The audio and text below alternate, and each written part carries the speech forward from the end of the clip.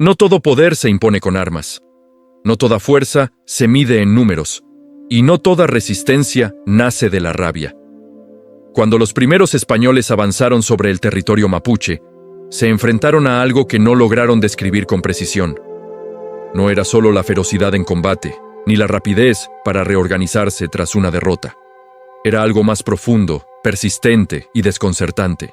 Los cronistas lo anotaron con palabras imprecisas: ánimo indomable, fuerza inagotable, obstinación incomprensible. Pero aquello que observaban tenía un nombre antiguo: Nehuen. Para el mapuche, el Nehuen no era una idea ni una creencia abstracta. Era una fuerza real, presente en el cuerpo, en la tierra y en la acción.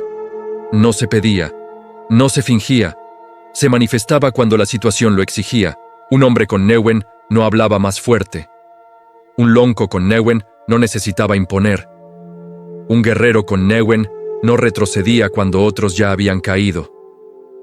El Nehuen no pertenecía a todos por igual. Algunos nacían con mayor fuerza, otros la desarrollaban con el tiempo y algunos la perdían si rompían el equilibrio. No era un don eterno ni garantizado.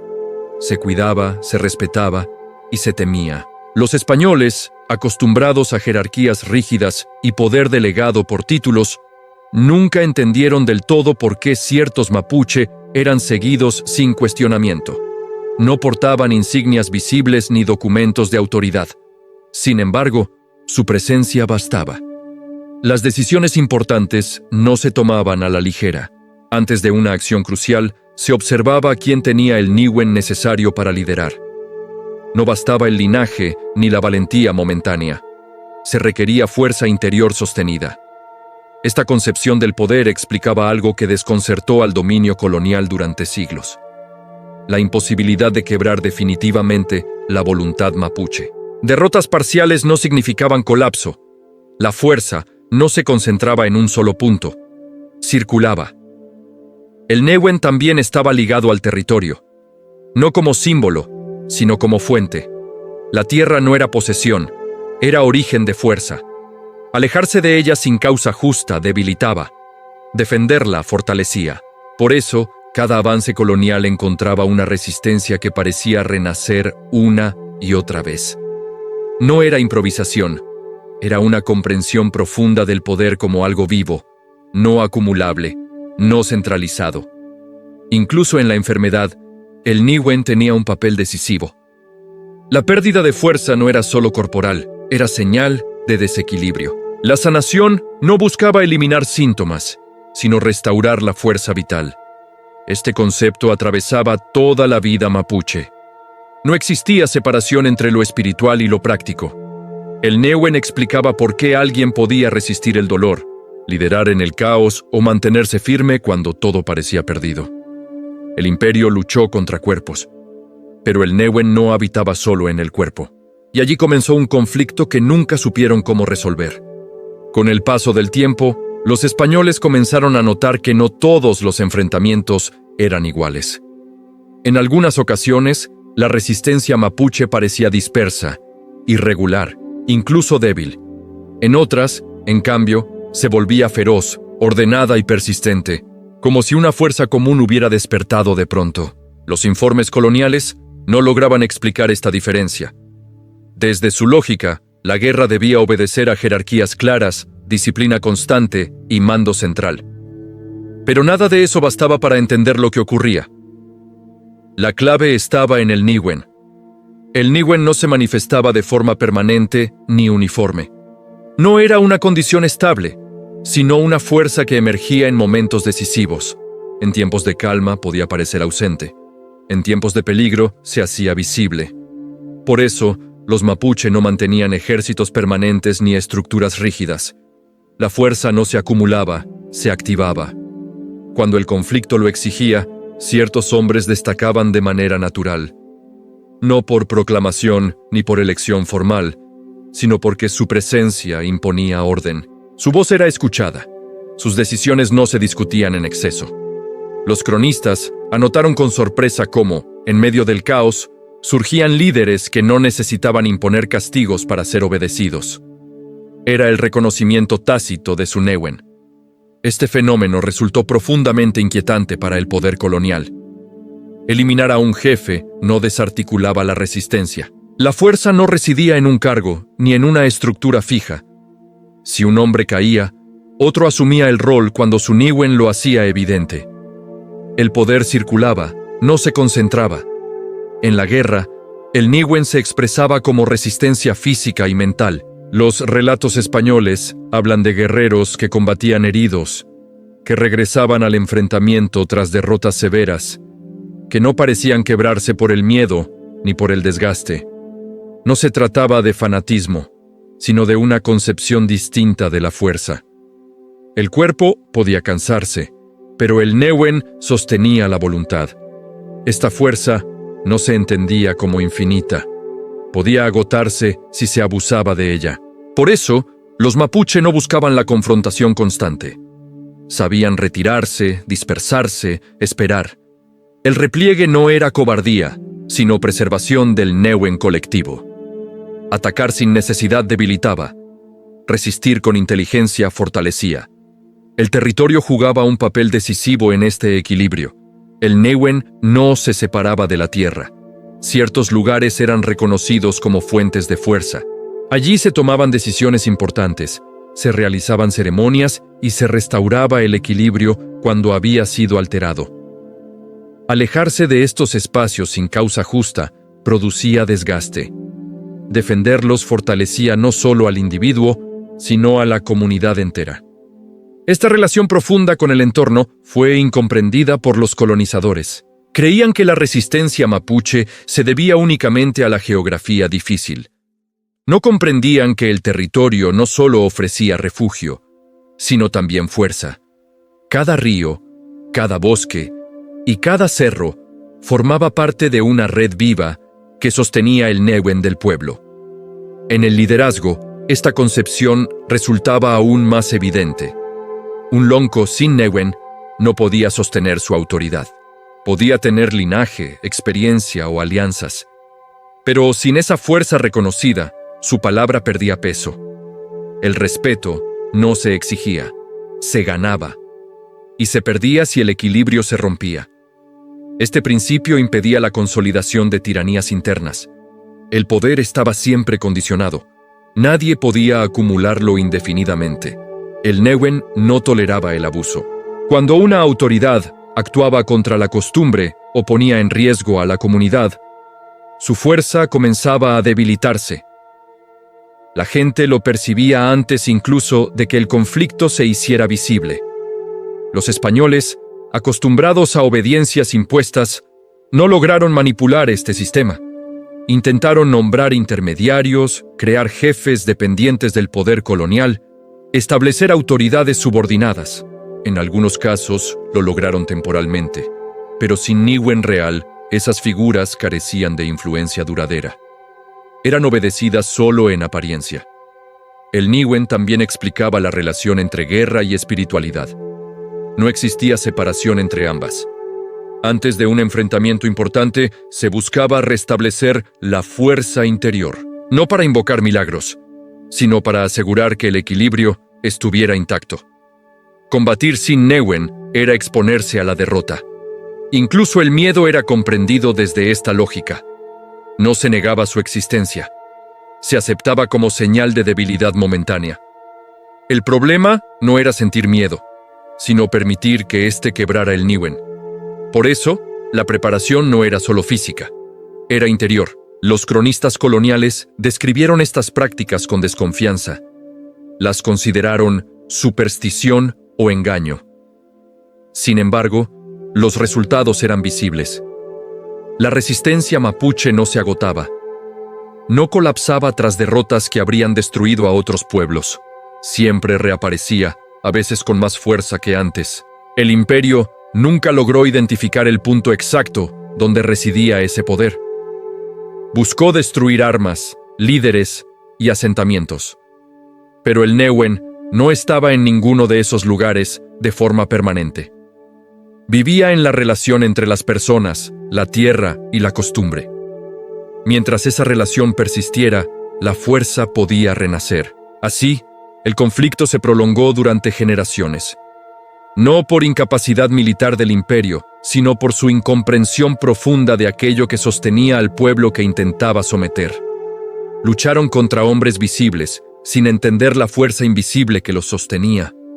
Y esa fuerza, silenciosa pero constante, continuó marcando el curso de la historia. Cuando la guerra cesaba y el estruendo de los enfrentamientos se alejaba, el Newen no desaparecía. Cambiaba de forma. Aquella misma fuerza que sostenía al guerrero en el combate se manifestaba entonces en la sanación, en el cuidado del cuerpo y del espíritu, y en la restauración del equilibrio roto por la enfermedad, el dolor o la pérdida. Para el mundo mapuche, no existía contradicción entre resistir y sanar. Ambos actos nacían del mismo principio. La enfermedad no era comprendida únicamente como un problema del cuerpo. Era, ante todo, una señal de desequilibrio. El Newen debilitado se expresaba a través del sufrimiento físico, pero su origen podía encontrarse en una ruptura más profunda, una falta cometida, un conflicto no resuelto, una transgresión al orden natural o comunitario. Curar el cuerpo sin atender esa ruptura era inútil. El mal regresaría. En este contexto surgía la figura de la Machi, no como hechicera ni como simple sanadora, sino como mediadora del Newen. Su función no consistía en imponer fuerza, sino en restaurarla.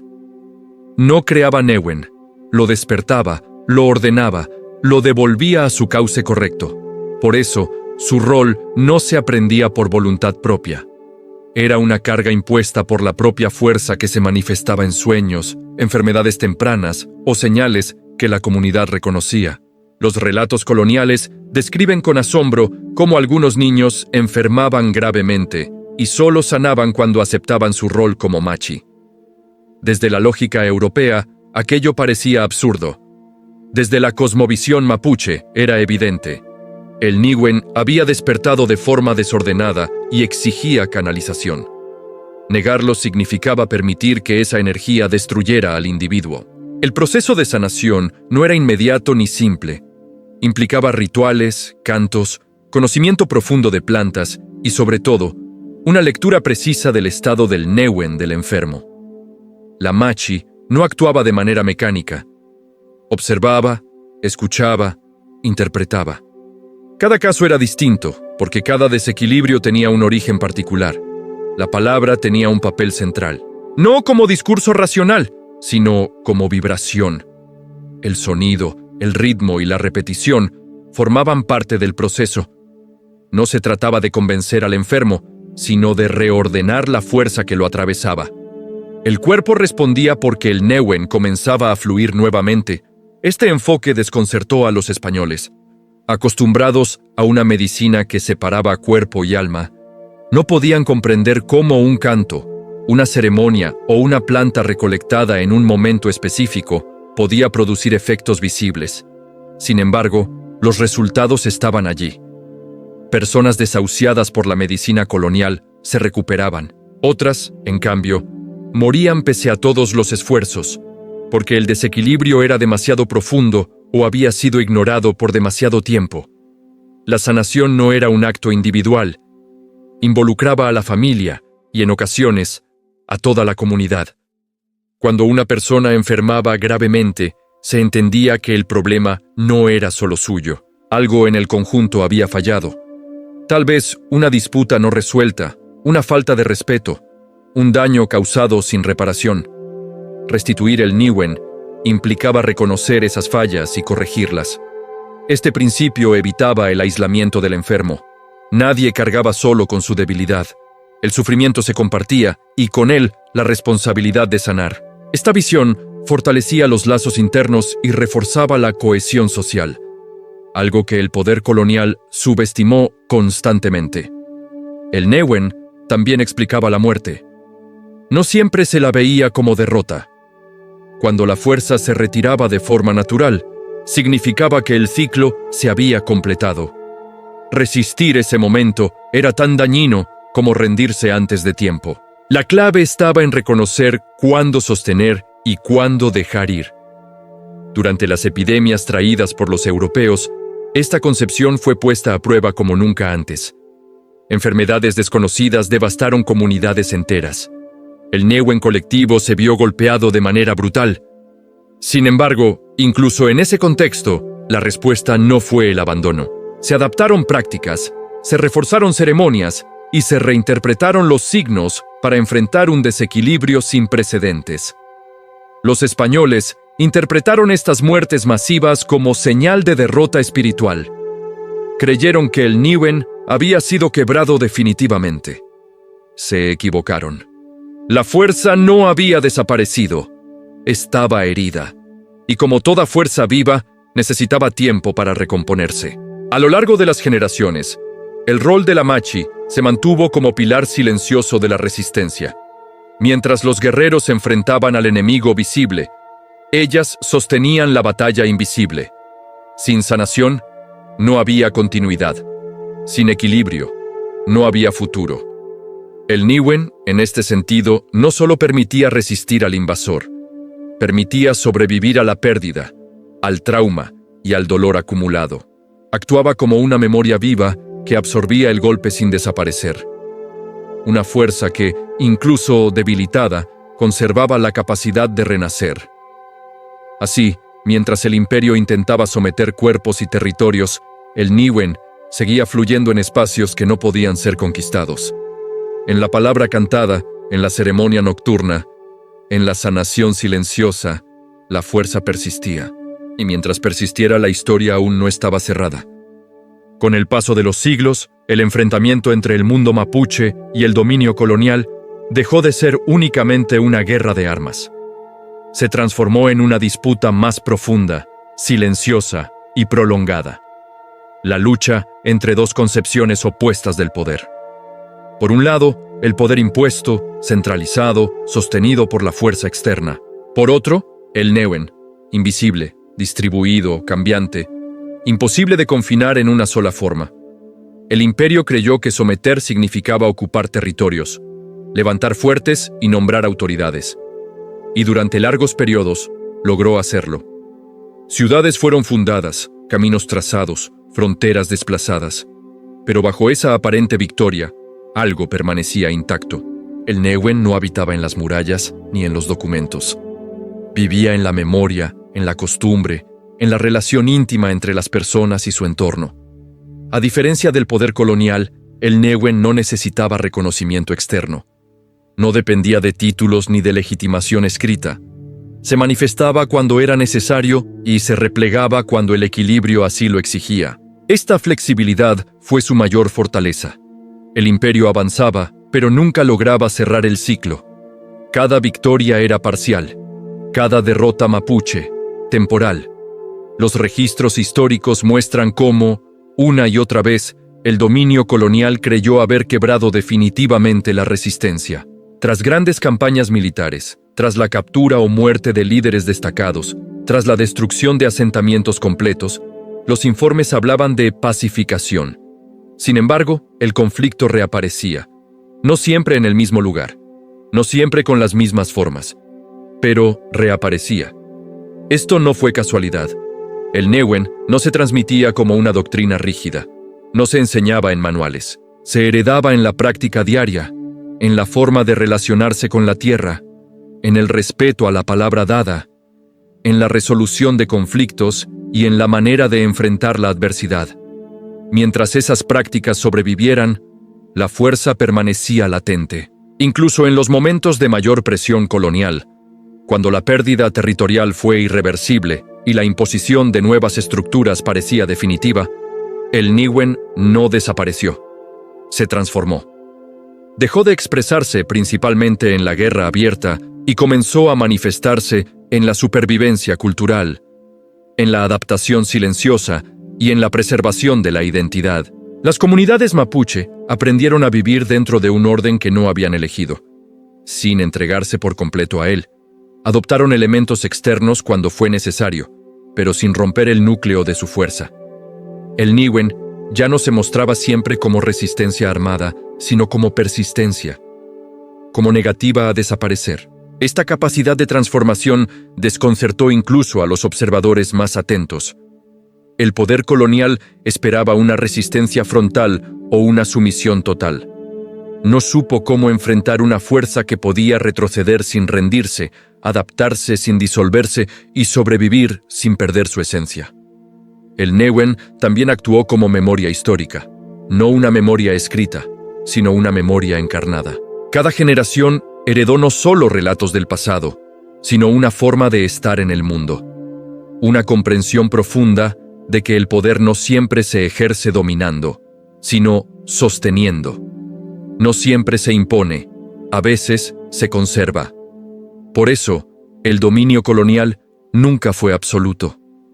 Pudo controlar espacios, pero no conciencias. Pudo imponer leyes, pero no borrar completamente las costumbres. Pudo debilitar comunidades, pero no extinguir la fuerza que las articulaba. El Newen sobrevivió porque no dependía de condiciones externas favorables. Existía incluso en la derrota. A lo largo del tiempo, esta fuerza siguió manifestándose de formas distintas, en la defensa de la tierra, en la preservación de la lengua, en la transmisión del conocimiento ancestral y en la persistencia de una identidad que se negó a diluirse por completo. Cada uno de estos actos, aparentemente pequeños, era una expresión del mismo principio que sostuvo la resistencia siglos atrás. El imperio, con todo su poder material, nunca logró comprender del todo aquello que enfrentaba. Luchó contra ejércitos visibles, sin entender que la verdadera fuerza no marchaba en filas ni obedecía órdenes escritas. Estaba dispersa, viva, silenciosa, y por eso mismo, imposible de destruir por completo. El Newen no fue una invención poética, ni una abstracción espiritual desligada de la realidad. Fue, y sigue siendo, una manera concreta de entender el poder, la vida y la resistencia. Una fuerza que no busca dominar, pero tampoco desaparecer. Que no se impone, pero tampoco se entrega. Así, mientras los imperios nacen y caen, mientras las fronteras cambian y las estructuras se transforman, el Newen permanece como testimonio de una verdad histórica profunda. Hay poderes que no pueden ser conquistados porque no se sostienen en la fuerza externa, sino en el equilibrio interno. Y mientras ese equilibrio exista, la historia jamás estará cerrada del todo.